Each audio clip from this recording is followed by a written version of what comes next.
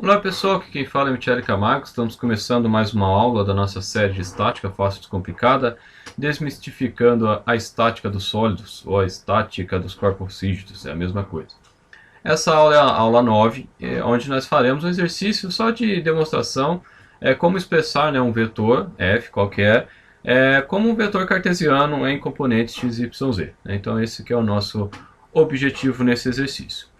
Bom, vamos lá, né? Então, o exercício muito simples, expresse f, mostrado na figura abaixo, como vetor cartesiano, né? O que a gente tem, né? Da figura, então eu tenho o vetor f, 200 newtons, o seu módulo, né, de 200 newtons. Como eu peguei a figura original do livro, não está certinha, ele faz a indicação como negrito, né? Então, teria que ter a setinha aí para seguir a forma como a gente tem colocado, né? Como o exercício é muito simples, eu não quis ter que refazer, né, essa figura aí, que dá bastante trabalho e leva bastante tempo. O que a gente tem indicado na figura? A gente tem um alfa, não foi dado. A gente tem o beta, 60 graus, que é o ângulo entre o vetor e o eixo y. E temos o gama, que é o ângulo entre o vetor e o eixo z de 45 graus. Bom, então esse é o exercício da forma como ele foi apresentado, né? Então vamos lá, né? Se repetir a figura só para a gente se referir a ela quando for necessário. Bom, então vamos lá. Primeiramente a gente tem que calcular o alfa, né? Como que eu calculo o alfa? A gente apresentou na aula anterior, que a gente mostrou, né, os detalhes dos vetores tridimensionais. Essa expressão cosseno ao quadrado de alfa mais cosseno ao quadrado de beta mais cosseno ao quadrado de gama é igual a 1. Da onde que vem essa expressão? Vem lá da trigonometria. Só que lá na trigonometria, quando a gente fala só do triângulo retângulo, seria cosseno alfa mais cosseno beta. Como a gente acrescenta mais uma outra diagonal, que é um outro triângulo retângulo, né? Então, primeiro a diagonal entre x e y, plano x e y, e depois a diagonal entre essa diagonal e, né, forma um outro ângulo com o próprio vetor em si, e aí é onde surge o terceiro componente dessa fórmula, né? Então seria da mesma forma que o cálculo de intensidade ele fica a raiz ao quadrado, né? A raiz da componente x ao quadrado mais a componente y ao quadrado mais a componente z ao quadrado. É a mesma analogia.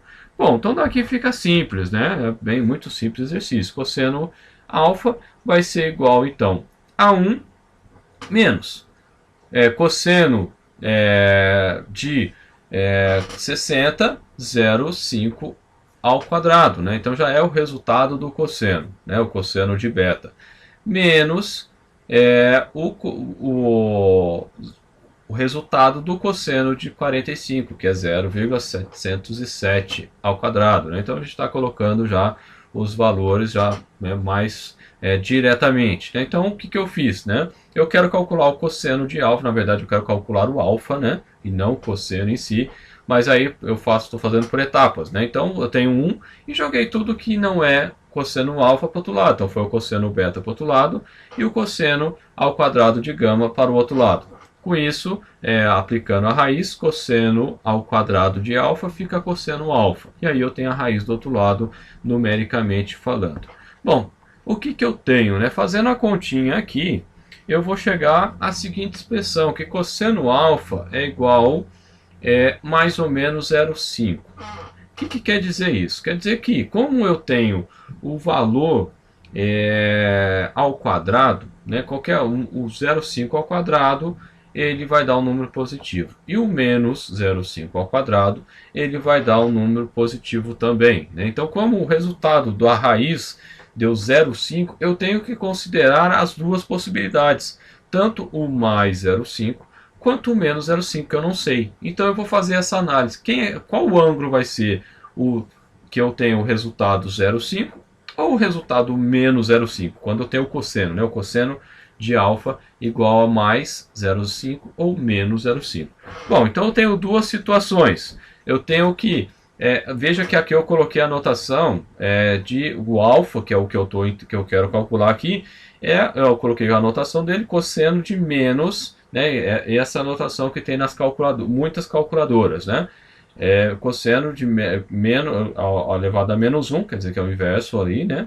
Que é o arco cosseno de 0,5. então eu tenho o resultado de 60 graus. Então, pode ser o ângulo de 60 graus. A segunda opção é alfa cosseno menos 1 de menos 0,5, que seria o ângulo, então, de 120 graus. Né? Então, para o ângulo 120 graus, eu tenho, então, o resultado do cosseno de 120 é menos 0,5. Então, qual dos dois aí eu vou estar escolhendo? Né? Qual dos dois vai ser, não que eu vou estar escolhendo, mas qual dos dois é o ângulo correto? Só, né, comentando, fazendo parênteses aqui, uma outra anotação que pode aparecer seria alfa igual a arco cosseno de 0,5. Né? Então, algumas calculadoras também vêm com arc cosseno. Então, seria a outra maneira que pode aparecer, né, se você tem a calculadora assim, para você não se perder.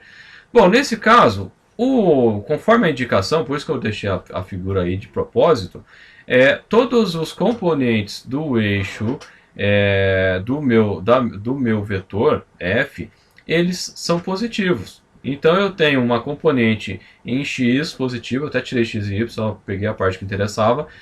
A componente vai ser uma componente em x positivo, a componente em y vai ser positivo, e a componente em z vai ser positivo. Nesse caso, o alfa está relacionado ao x, então ele é uma componente positiva. Se fosse se fosse 120, aí eu teria o meu vetor atrás, né, num outro quadrante dos meus eixos coordenados aqui. Estaria para o outro lado, né, se fosse no caso aqui da figura, está do lado oposto do que eu estou dizendo que é positivo. Então, neste caso, o ângulo que eu devo considerar é 60 graus. Neste caso, conforme está indicado na figura. Então, a figura é importantíssimo para a gente poder determinar aí qual é o ângulo correto. Então, o ângulo correto é 60 graus. Bom, uma vez calculado, então, o ângulo de 60 graus, agora eu tenho o ângulo de 60, dois ângulos de 60, né, o alfa, que eu acabei de calcular, o beta, 60 graus, e o gama, de 45 graus.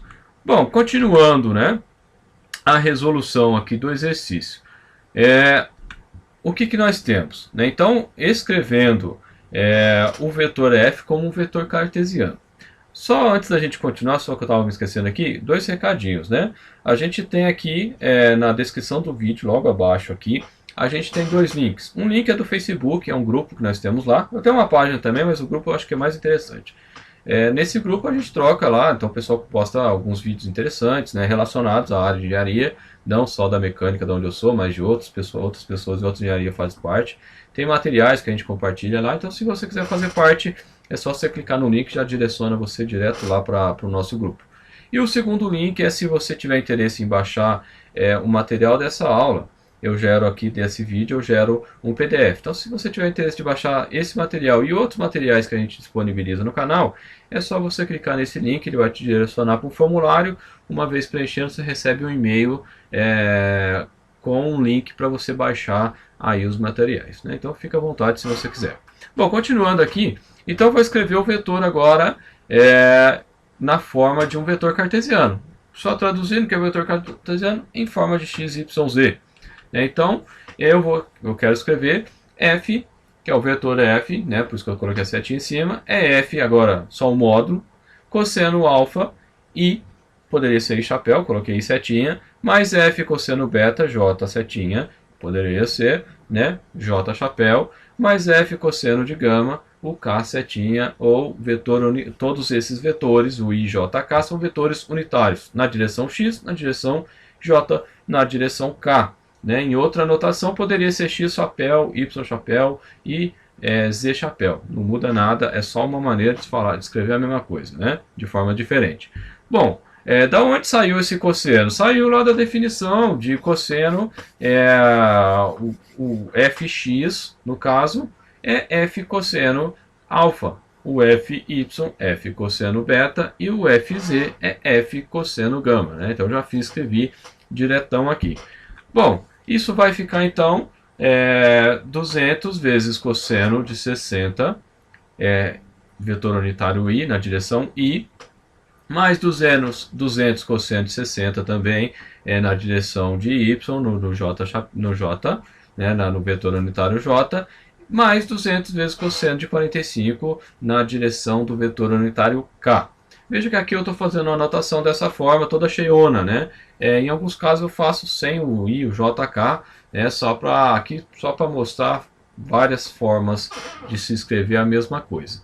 Bom, então fazendo a continha, o meu vetor final vai ser então 100 na direção de x, que é o vetor unitário I, mais 100 na direção de y, que é o vetor unitário aí na j, mais 141,4 na direção k. Né? Então daqui eu tenho o meu vetor final. Né? Então se eu fosse, só para a gente exemplificar, eu teria o vetor então de 100 na direção x, 100 na direção y e 141,4 na direção z. É muito simples, esse exercício é só para exemplificar mesmo como transformar, né, um vetor inteiro em componentes cartesianos. Bom, pessoal, espero que vocês tenham gostado do vídeo. Se gostou, compartilha, dê um joinha. Se quiser receber novidades do canal, se inscreva no canal. Se quiser receber via WhatsApp, manda eu quero com seu nome aí, pro telefone que está aí. Né? Se quiser dar uma força para a gente, entra na nossa loja. Contatos via Facebook, WhatsApp, YouTube, né? Você pode deixar suas mensagens aqui por e-mail, da forma que você achar mais conveniente. Beleza, pessoal? Um abraço e até a próxima.